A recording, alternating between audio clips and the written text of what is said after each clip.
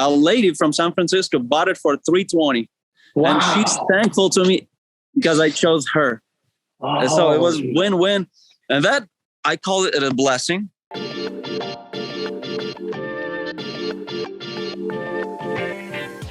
And that, I call it a blessing because that resulted in this dream house. I don't know, for you, it's not a dream house because compared to your house, it's not. Yeah, but beautiful.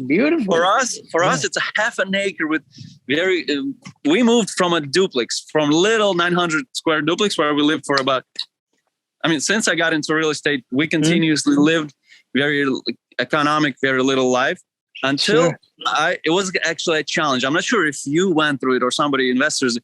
So I'm an investor. I look only for deals. I'm spending money only when it's producing money. Or very smart.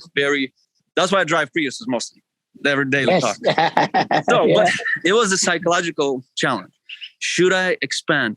Should I do something? Because buying a house doesn't produce you anything. It just wastes unless it's a good experience trade. Yeah. So and I'm talking with my wife, Anna. What would you like? Actually, she was asking me, can we buy a house? And I said, it doesn't make any financial sense. But then she found a house. We made an offer and we bought this dream house. We love it, honestly. And I really don't regret it, although it cost us a lot. But then I realized we live only one life. Our children are growing, having an experience with their own backyard. Sure. Awesome neighbors. It's something special. And I think when it's not a financial challenge on you, I think that's when you make a move. That's what I came to realization.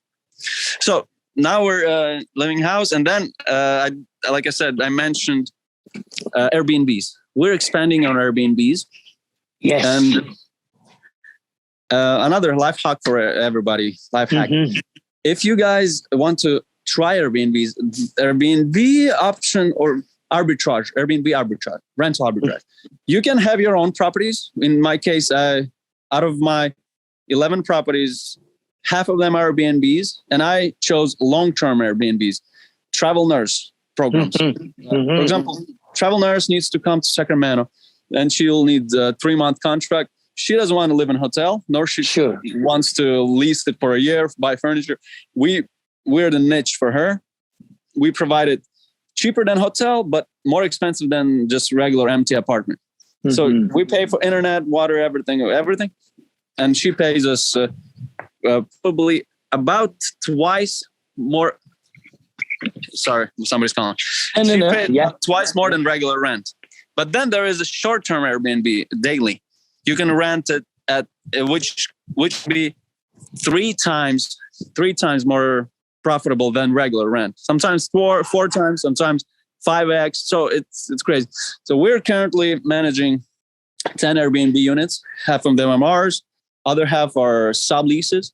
Sure. And I found across the street not really elderly. He's 75, an owner of an apartment. And I said, I actually found a strange factor.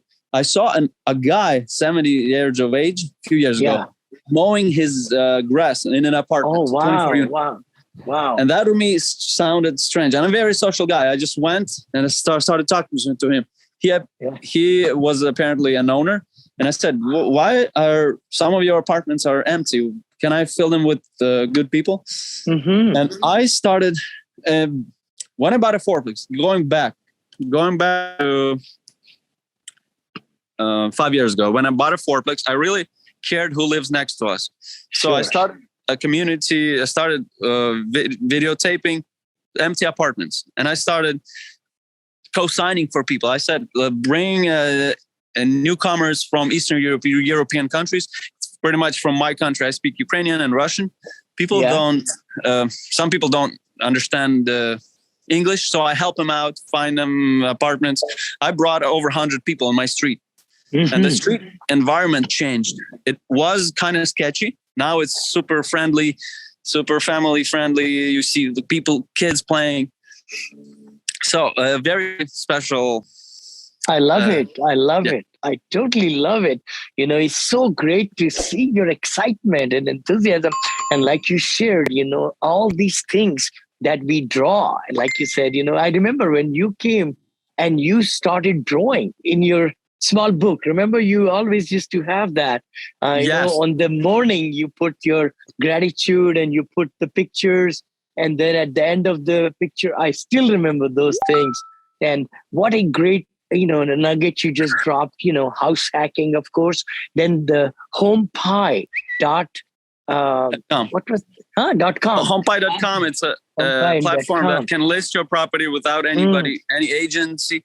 You can list, put your own rules and something. I already sold 2 properties or 3 using it. My flips. Yeah. Excellent. Let me get into your social media. Hi, you are listening to Syndication Made Easy podcast. We will be right back after this short break. Hi, thank you so much. This is Vinney Chopra, and thank you for subscribing to my podcast and YouTube channel and Facebook pages and all the great things, and LinkedIn. Connect with me. I come live to you every Friday at 9:30 Pacific with Vinney and Bo show. Please also look at that. And also the podcast, which is my apartment syndication made easy. The book I wrote a couple of years back became international top seller on Amazon International now.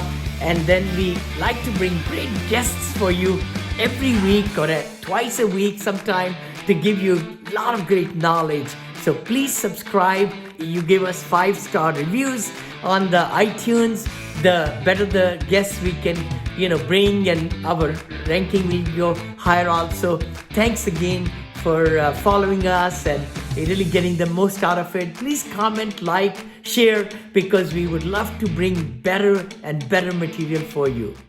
Excellent. Let me get into your social media. Oh, no, go ahead. Yeah, and speaking of flips, I'm kind of, I realized my first time I'm hit I sold 2 properties, 2 flips this year.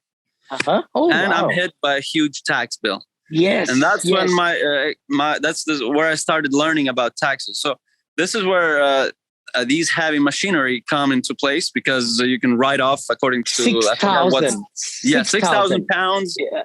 Or more.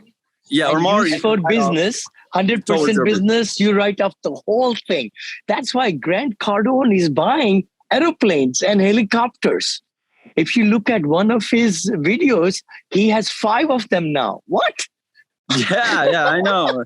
So one day we'll get there. I know.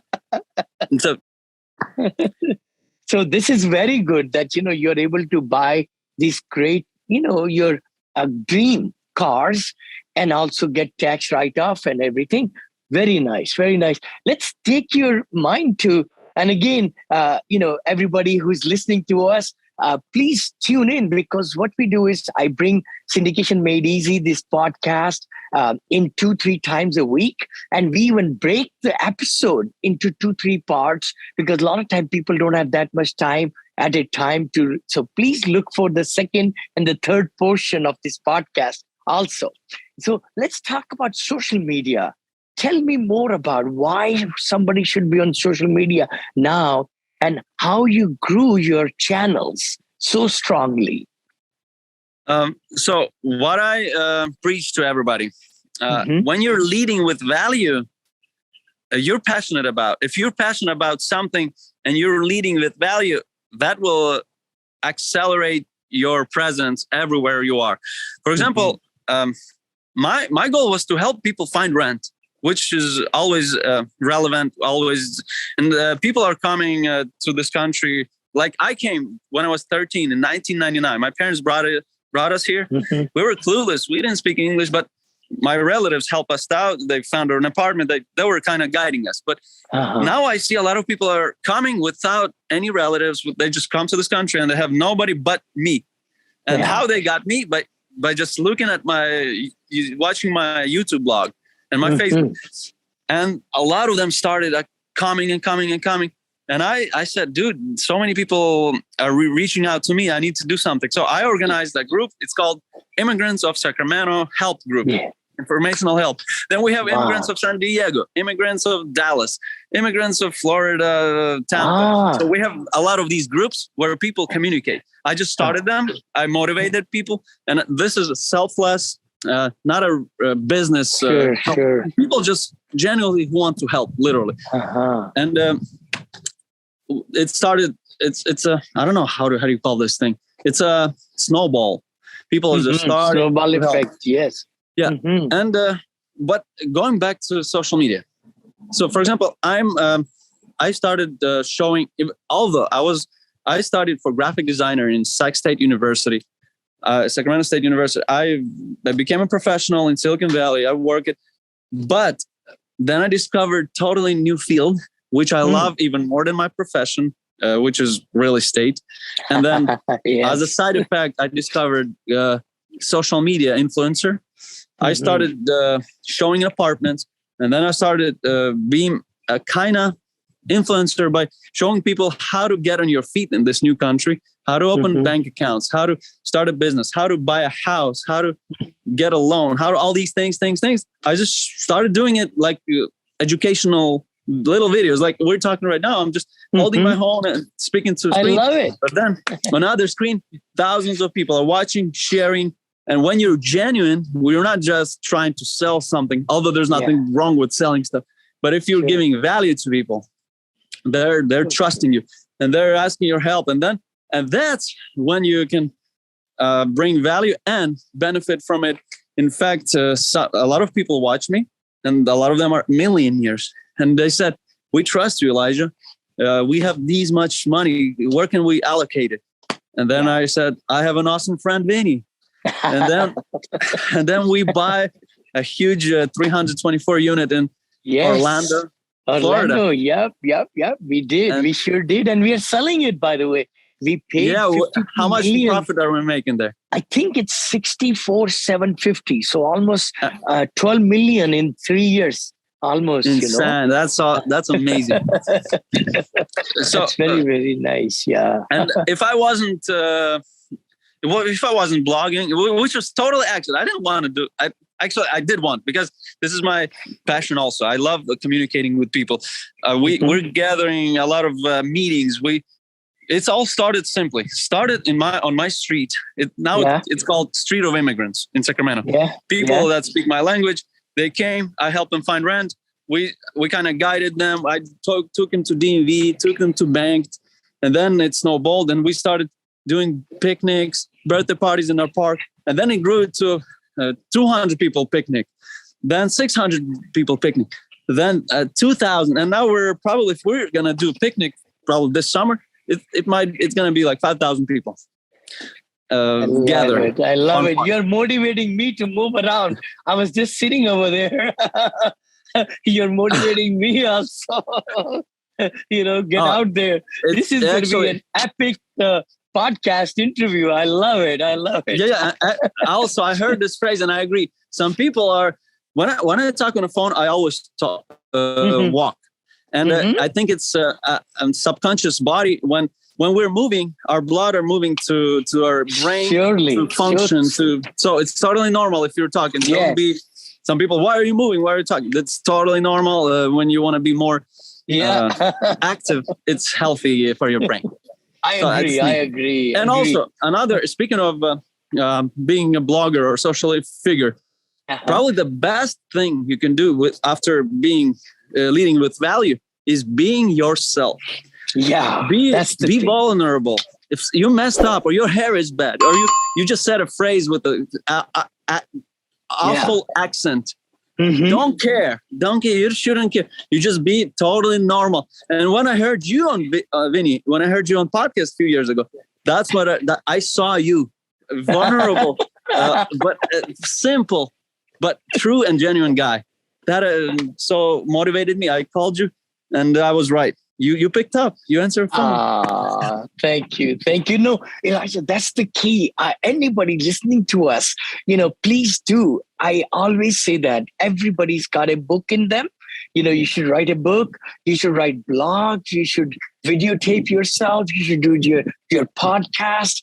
I mean, if you're trying to get stream of income, passive income or active income, do that education and learn, and don't be afraid, because we only have one life to live, and be vulnerable, like you said. I mean, when I came to this country, nobody could understand me, right? Still people can't understand. But the key thing is just be authentic you.